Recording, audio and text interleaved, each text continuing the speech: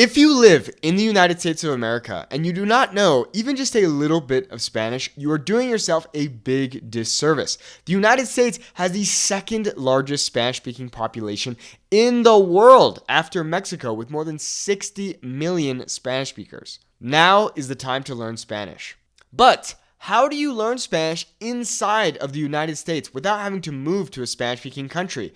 I'm going to teach you how to do that in today's video. I'd like you to understand that I've been learning Spanish for 11 years now, and 95% of all the Spanish that I learned was inside the United States. So if you're telling yourself, oh, well, I can only become fluent in Spanish if I move to Mexico, if I go to Spain, it's just not true. You can do it inside the United States, and today I'm going to teach you how to do it. The first thing you need to do if you want to learn Spanish inside the United States is to have a strong why. You need to have a clear and simple reason as to why you are learning Spanish.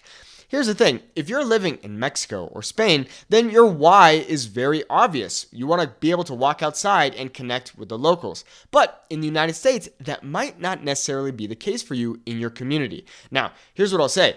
If you are from California, Texas, Arizona, New York, then you have no excuse. I can almost guarantee that you have Spanish speakers in your community. So make sure that you take advantage of that. I recommend that you write down your reason for learning Spanish and put it somewhere where you can see it. So I want to learn Spanish so that I can connect with my friends or my family or my coworkers or the people in my community or to help me at my job. The list goes on and on. So make sure you have a clear and strong why.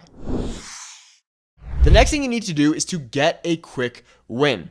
The thing is, many of us start to learn Spanish, we get excited, we're like, this is going to be great, I'm going to become fluent, and then we quickly get hit with the reality that, oh, maybe it's going to take more effort than I thought, or maybe it's going to take longer than I thought. So try to get a quick win as soon as possible. The easiest way to get a quick win with your Spanish is to have a conversation with someone. So even though it's really basic, for example, where are you from? How are you today? What did you do today? That will give you a quick and easy win that will hopefully motivate you to continue learning Spanish. Now, if you don't have anyone in your community to speak Spanish with or to have a basic conversation with, I recommend you go online and download a free app like Hello Talk or Tandem. These can be semi-hit or miss because there are sometimes weird people on these platforms, but they're excellent resources for free speaking practice. So you can go on there and instantly talk to a native Spanish speaker. Hola, ¿cómo estás? ¿De dónde eres? ¿Cómo te llamas? So on and so forth. Try to get a quick and easy win with your Spanish as soon as possible because you don't want to give up after the first week that you start learning. The next thing you need to do is to get some structure. I see it all the time with people who are self-learners. They think they can survive by just watching YouTube videos and casually talking with people online. You need to get some structure, whether that's a book or an online course or an online community. You need to find a resource that you can follow step by step so that there is no guesswork. You have an easy step-by-step plan that you can follow so that you know and understand that you are actually making progress. When it comes to books, Barbara Breakstein has very popular grammar books. You can also check out my Fluent Spanish Speaker Academy, which is an online community so that you can learn whenever, wherever. Check it out by clicking the link in the video description. The next thing you need to do is get a tutor. Please do not avoid this. Okay, I know that you might be thinking, oh, I don't have time or I don't have money, but I promise you, if you want to become fluent in Spanish, having a one-on-one tutor is going to help you learn the language faster than 90% of everyone else learning Spanish. The reality is, having a one-on-one tutor is extremely powerful because they can quickly point out all the tiny tweaks that you need to make with your Spanish so you can quickly progress to the next level. Typically, what happens with Spanish students is they start off as a beginner and they make really good progress. They're going great. They're like, oh my gosh, Spanish is easy. I'm crushing it. But then they start to hit more intermediate concepts and they hit a plateau. They get frustrated, discouraged, think that Spanish just isn't for them, and they give up. That is why you need to have a tutor, because a tutor can say, no, you're actually doing great. You just need to tweak this, or let me break this down and make it easier for you to understand. So I highly recommend that you get a tutor, because not only is a tutor going to be able to help you point out exactly what you need to work on, but they're going to allow you to get speaking practice. Do not make the mistake of thinking, oh, I'm not good enough to speak Spanish yet, so I'm just going to wait. You need to speak Spanish from day one. Having a tutor who you like and trust is the easiest way to get in consistent speaking practice. Shameless plug here, but inside my Fluent Spanish Speaker Academy, we have a weekly live conversation call with a native Spanish speaker. Her name is Claudia. She is seriously awesome, and she's actually been here on this YouTube channel before. So if you're interested, check it out by clicking the link in the video description. The next thing you need to do is to listen to the language. Arguably, this is the easiest thing you can do in order to improve your Spanish. I talk about it all the time. For me, I love listening to music in Spanish, and while at first when I started learning, I couldn't understand everything that I was listening to in songs, I was quickly improving my accent, my pronunciation, and slowly but surely my listening comprehension. Now, in the language learning world, the idea of comprehensible input is extremely popular, which essentially just means listening to things that are slightly above your current level. However, if you're not sure what your level is or what you should be listening to, the easiest piece of advice that I can give to you is to listen to things that you enjoy listening to. So, if you listen to lots of music in English, then just listen to lots of music in Spanish.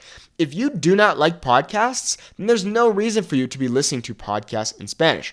If you find a podcast in Spanish that you really like, awesome, go ahead and listen to it. But you don't need to do things in Spanish that you don't like doing in English. It makes no sense. So get in that listening practice when you're cooking or driving or just chilling out. Listening is an easy and passive way for you to improve your listening comprehension skills. The next piece of advice that I can give to you is to live the language. Imagine that you grew up in Mexico. What would your life look like? Well, when you'd wake up, you'd hear Spanish, you'd speak Spanish, you'd read Spanish, so on and so forth. The idea is to create an immersive environment at home.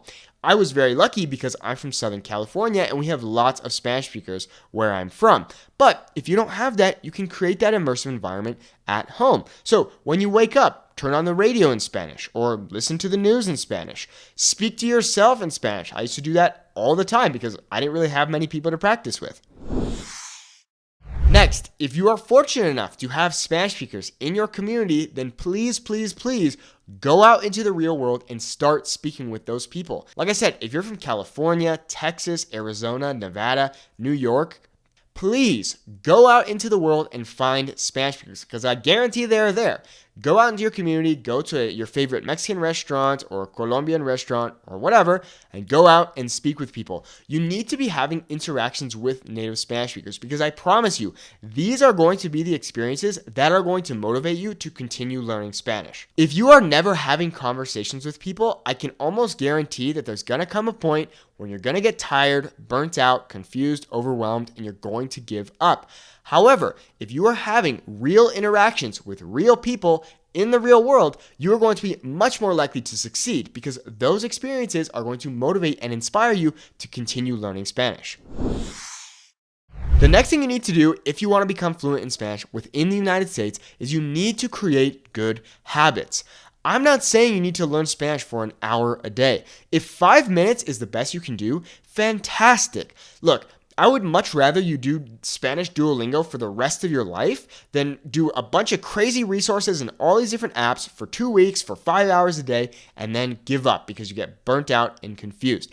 Keep it consistent. Keep your resources to a minimum. My favorite ones are SpanishDictionary.com, Anki, and then just one good grammar resource and a tutor. You can really keep it bare bones and simple. You don't need to overwhelm yourself. So figure out how you can get in some grammar, speaking, and listening into your daily routine. When it comes to reading and writing, many times people get that practice through just texting other people online. So the big 3 things you need to focus on are grammar, speaking, and listening. In addition to creating good habits, I highly recommend that you use your calendar in order to schedule specific times for your Spanish study.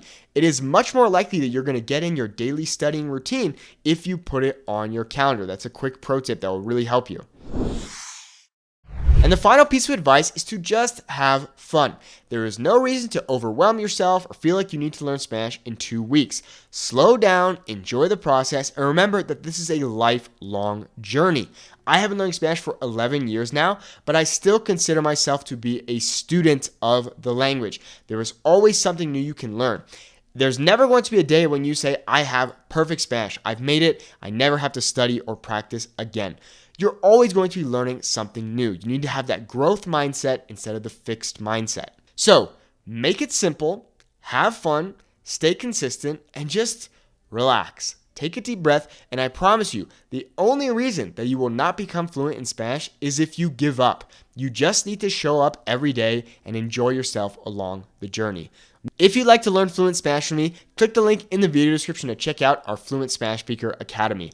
Our goal is to help you have a 10-minute conversation in Spanish in 90 days without feeling unconfident. Check it out by clicking the link in the video description. Muchas gracias. Hasta luego.